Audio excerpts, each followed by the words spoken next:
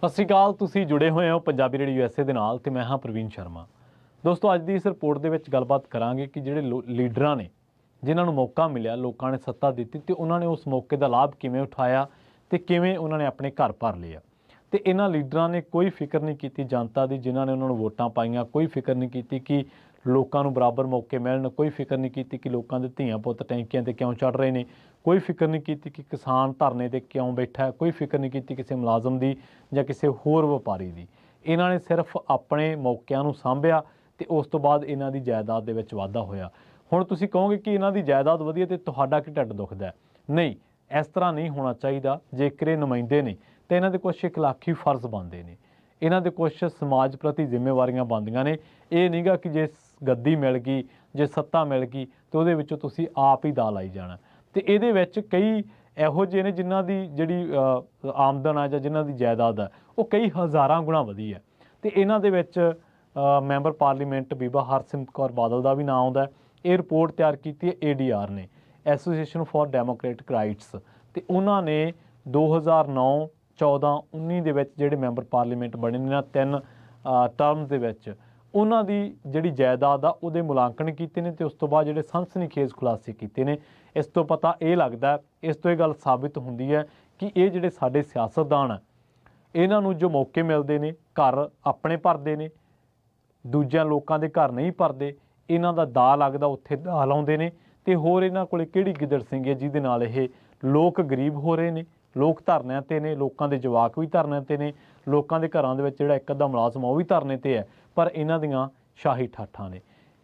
ਇਹ ਹੋਇਆ ਕਿਵੇਂ ਆ ਤੁਹਾਨੂੰ ਦੱਸਦੇ ਹਾਂ। ਲੋਕ ਸਭਾ ਦੇ 2009, 14 ਤੇ 19 ਦੇ ਵਿੱਚ ਲਗਾਤਾਰ ਚੁਣੇ ਗਏ 71 ਮੈਂਬਰਾਂ ਦੀ ਜਿਹੜੀ ਔਸਤ ਦੌਲਤ ਹੈ ਉਹਦੇ ਵਿੱਚ ਵਾਧਾ ਹੋਇਆ। ADR ਨੇ ਰਿਪੋਰਟ ਜਾਰੀ ਕੀਤੀ ਹੈ।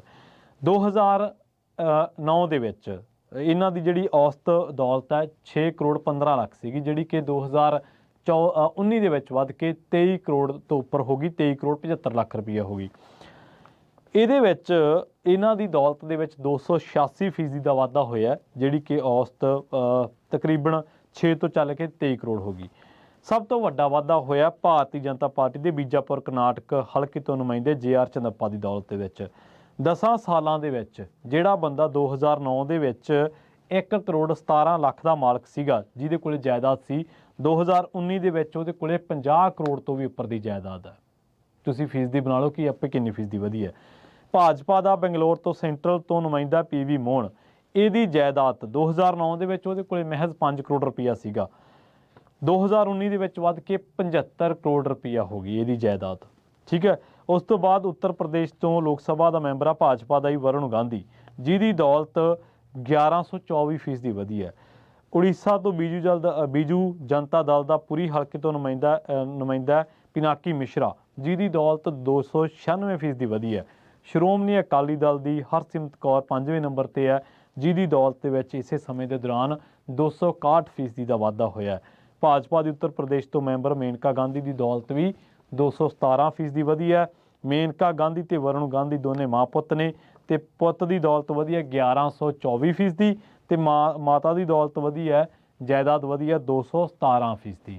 ਹੁਣ ਤੁਸੀਂ ਇਹ ਦੇਖੋ ਕਿ 2009 ਦੇ ਵਿੱਚ ਤੁਸੀਂ ਕਿੱਥੇ ਖੜੇ ਸੀ? ਇਸ ਦੇਸ਼ ਦਾ ਆਰਥਿਕ ਚੱਕਰ ਕਿੱਥੇ ਖੜਾ ਸੀ? ਇਸ ਦੇਸ਼ ਦੇ ਵਿੱਚ ਰਾਜਨੀਤਿਕ ਹਾਲਾਤਾਂ ਤੋਂ ਛੁੱਟ ਆਰਥਿਕ ਹਾਲਾਤ ਕੀ ਸੀ?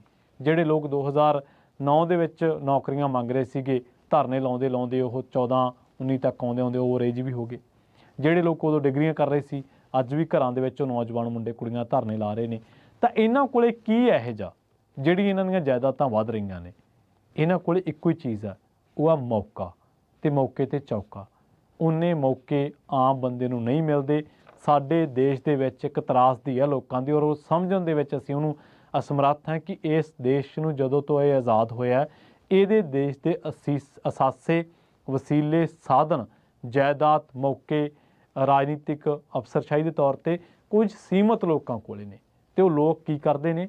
ਜਦੋਂ ਉਹਨਾਂ ਦੇ ਹੱਥ ਦੇ ਵਿੱਚ ਸੱਤਾ ਆਉਂਦੀ ਹੈ ਤਾਂ ਉਹਨਾਂ ਦੇ ਕਾਰੋਬਾਰ ਚੱਲਦੇ ਨੇ। ਇੱਥੇ ਲੋਕ ਸ਼ਰੇਆਮ ਕਹਿੰਦੇ ਨੇ ਸਿਆਸਤਦਾਨ ਕਿ ਹਾਂ ਸਾਡੇ ਕਾਰੋਬਾਰ ਚੱਲਦੇ ਨੇ।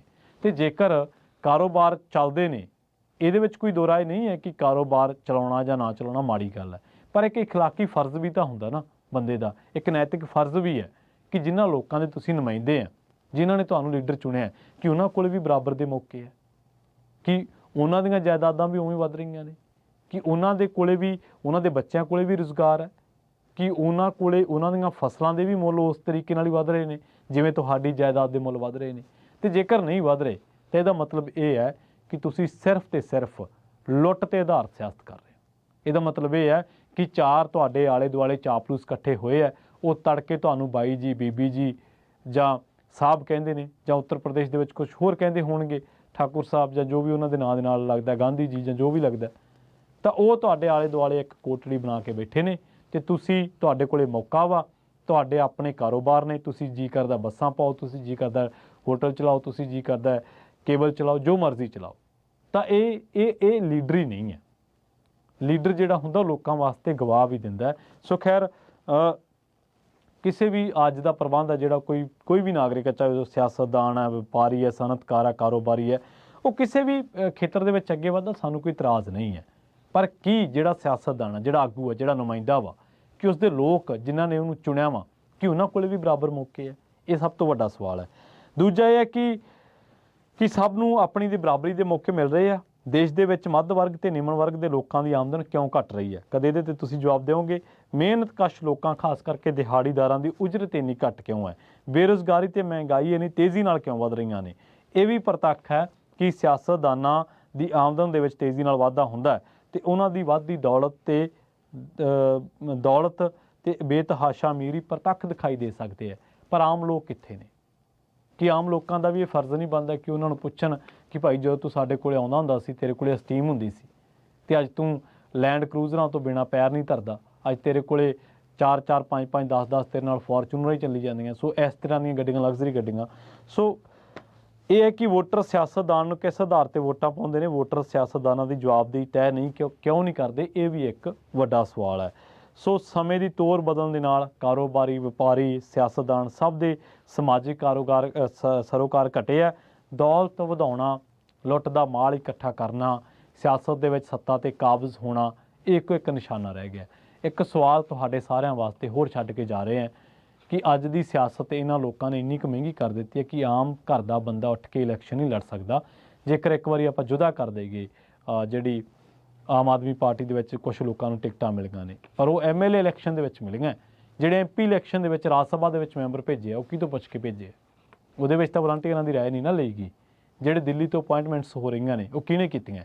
ਉਹਦੇ ਵਿੱਚ ਤਾਂ ਰਾਏ ਨਹੀਂ ਨਾ ਲਈ ਜਾ ਰਹੀ ਵਲੰਟੀਅਰਾਂ ਦੀ, ਜਿਨ੍ਹਾਂ ਨੇ ਕਈ ਸਾਲਾਂ ਤੋਂ ਪਾਰਟੀ ਦਾ ਪ੍ਰਚਾਰ ਕੀਤਾ, ਪਿੰਡ ਪੱਧਰ 'ਤੇ ਕੀਤਾ ਔਰ ਘਰੋਂ ਪੈਸੇ ਲਾ ਕੇ ਕੀਤਾ ਵਾ।